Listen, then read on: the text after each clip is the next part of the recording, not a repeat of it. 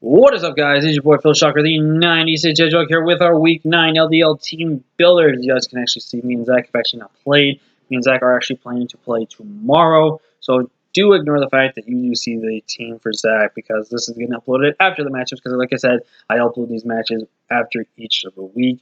But we're going against the Fort Wayne Durance, and I just actually forgot the coach. I just saw the announcement tab, so I'm really sorry. We're going against their coach of the Fort Wayne Durance, and they have basically needed to beat us in order to solidify a playoff spot.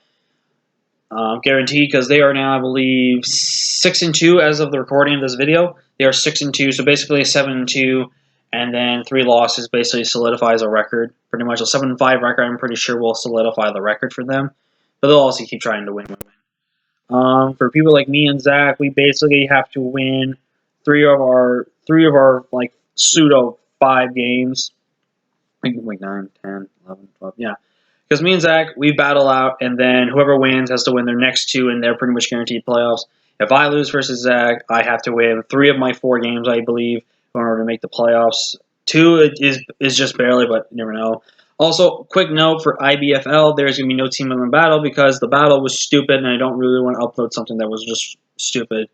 Just note that he got a crit on my runic list with a max attack and agility Drapion. That's it. So no IBFL upload. It was a 6-0 loss because of stupid hacks, and I'm not really going to upload that because it's just disrespectful to me, and I don't want to show something that was just so stupid. But back to LDL.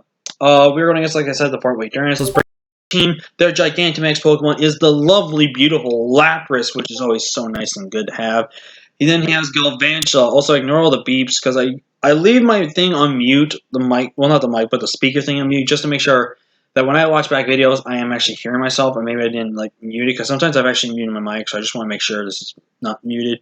But like I said, he's got the G-Max Lapras, he's got Galvantula, Haxorus, Chandelure, Grimmsnarl, Passimian, Quillfish, Terraform, Claydol, Jigglypuff, and Braviary. This team, in all honesty, is so mixed match, it doesn't make a lot of sense.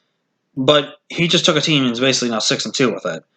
I mean, there is some strategy in this team. I do see it. There is options for a potential Sticky Whips team, basically, for this team, or a potential setup of Royal set to where things like Jigglypuff Jigglypuff can actually put some work in the team. But looking at this team, I'm fully predicting him not to bring removers versus me. I think he's going to be relying on me to bring removers this week. Ferrothorn is one mon I feel like can maybe come to this matchup. Lapras is another one, but I feel like Lapras just struggles to break through so many of my good mons. Even though it is good against Rotom, it's one of those mons I feel like struggles. So again, I feel like the whole concept of his team is to bring Hazard versus me, which is like Sticky Web, Spikes, Toxic Spikes. I feel like are pressuring my team this week. If I really had a Magic Bounce, usually it'd be really good, but Hatterene got taken.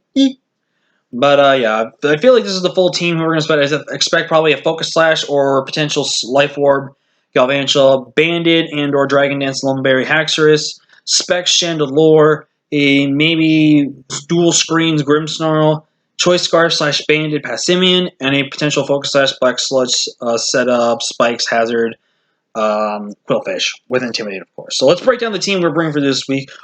Even though my Gigantamax looks so good on this matchup, I'm not bringing it because we're going to actually skip the WinCon. I'm going to go over the WinCon real quick, even though you saw the move set. We're bringing Roadrunner this week with our Dracozolt Choice Scarf this week with enough speed to outspeed and max speed Galvantula, but also enough speed still, even under Sticky Webs, to outspeed a max speed Jolly Grimmsnarl. Very Pacific EV spread here. With max attack, 116 HP for bulk. We're running that Risky Hustle. I'm running Dragon Claw because it's really good and it doesn't lock me in. To Outrage, which I can beat Grimmsnarl with. Bolt basically beats about everything on his team, essentially, except for the Ferrothorn if he does bring it. I do have Fire Fang in case the Ferrothorn does come. Even if he's max HP, max defense is still guaranteed to get KOs him regardless. And I have Facade for any potential shenanigans he wants to do with Toxic Spikes. So I do have a backup plan in that sense, okay, so I can just spam Facade versus his team. Like I said, Hustle, very risky ability to run, but it's been decently good against me with Durant, and now I have to go against a Durant that had my back in the season. Making his debut this week is Skazzer this week. We're bringing our Drapion with Earthquake, Knockoff, Poison Jab, Fire Fang with the Assault Vest. I know Assault Vest doesn't really kind of make a lot of sense, but it's one of my best response to a Specs Chandelure, so where I can pressure it in that sense. We're running Earthquake, Knockoff, Poison Jab, and Fire Fang, like I said. Earthquake just hits a really good amount of his team. Knockoff is super spammable versus his entire team. Poison Jab is also another one of those that's pretty much super spammable versus his team. Fire Fang, again, is specifically for the Ferrothorn because I do think there is a chance Ferrothorn comes. Also gives me a good response to Knockoff and then either potentially Fire Fang or something like that into the Galvantula slot. Or maybe Fire Fang on a Haxorus switch and get that Lumberry used up. Go for a run. Max HP, 64 attack, 76 defense, 116 speed up with a careful nature. Again, this mon is designated to check Drapion and potentially the Galvantula. Up next is a pseudo Wincon, or a backup Wincon of sorts. We're bringing Iron Steed with the Choppa Berry this week. I know Choppa Berry doesn't make a lot of sense, but if you really look at my team, I feel like Choppa Berry makes a lot of sense. Like Dragon Dance Haxorus with First Impression makes a lot of sense, because First Impressions are for Celebi and stuff. So like First Impression, Dragon Dance, and then his main two moves is probably Dragon Claw / Outrage and Close Combat. Now the reason why I say Close Combat instead of something like Earthquake, Close Combat lets me hit Strike Result, beats it, hits my Dreadnought, hits my Cobalion, hits my Diggersby. The only thing he'll have to break through is Runerigus, and I wanted to bring Runerigus this week, but Runerigus' matchup it seemed just a bit of a struggle versus his specs heavy mons, so I didn't want to go with it. So that's another reason why I potentially see him running Close Combat over Earthquake. If he brings Earthquake over Close Combat, I am going to really regret that. But Close Combat's also really good for the fact that Passimian hits me with Close Combat. I get a free Swords Dance up. Hopefully I can get a Swords Dance up before anything else comes in, and then I can just click buttons versus his entire team. At +1, everything gets pretty much almost 1 to 2 shot at it guaranteed on his entire team. So Quillfish can be something that he can not really risk to bring in versus my team when he knows I could have Swords Dance. Another one we thought was really good this week was River, but we're bringing, again, mixed defensive, but more Spadef, but it's pretty much going to be balanced once you see it. Running max HP, 100 defense, 156 Spadef with the Marvel Scale ability with our Flame Orb, the Recover, Coil, Scald, and Ice Beam. The Coil is specifically designed to beat Haxorus. The goal is to hopefully set up one Coil, immediately Ice Beam him as he Dragon Dances, because he knows he can break through it with Mold Breaker. We're immediately Ice Beaming after we Coil, just for damage, and then we either click Ice Beam again, or Recover until he wastes his berry. If we get a Freeze, that is actually really clutch, because then that forces him to waste his berry. We can just pretty much spam this versus his entire team. This 1v1 beats Quillfish, 100%, no matter what.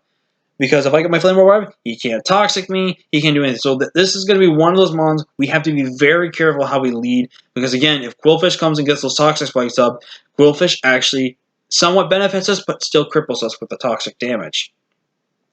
So a very important mon this week in order to either win the game with potentially as a surprise Wincon or anything like that. Up next, we're bringing our physically defensive Rotom Heat this week with Will-O-Wisp, 3 Fog, Volt Switch, and Shadow Ball. I need some way to remove hazards, at least in case we want to do that.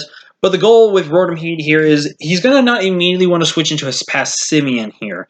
One of his main switch-ins to this Pokemon is definitely going to be the Chandelure because of Flash Fire. I 100% expect Flash Fire on his mon to bring this week. But you can see we're not bringing Fire Stab. Is it a little risky when he has a Ferrothorn on his team? Yes, but it's also a really good way because Shadow Ball still is really good versus the Chandelure. I believe it's still 2 shots it regardlessly. And I can still take 1 hit from him regardlessly as well. Volt Switch is really good for pivoting in and out. Will-O-Wisp is there to either burn Lumberries or actually cripple down his physical attackers.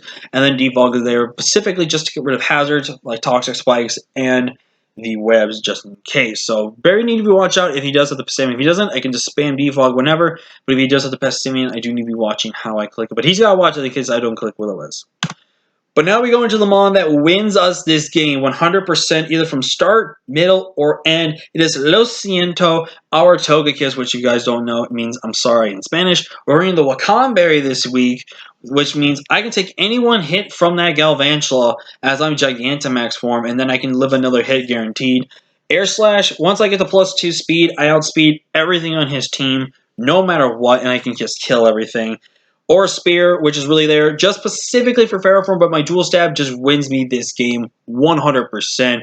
So basically, the way we need to get this mon in is to either get it in early, click Air Slash, or Max Airstream, or whatever, and we seriously just win with this mon. This is the reason why we didn't bring our G-Max. I'm bringing basically my Dynamax, and I do have a backup Dynamax plan in Roadrunner in case I want to run that as well, in case that is also. So basically, these 2 mons can Dynamax this week, so he's got to be very mindful of that. But I think we got a really good team. I think we have a good chance to win this game. It's really going to come down how do we play, but I'm going to leave it at that. Thank you guys so much for watching. I've been Phil Shuck and the Nacy Hedgehog. I'll see you guys next time. Until next time, guys.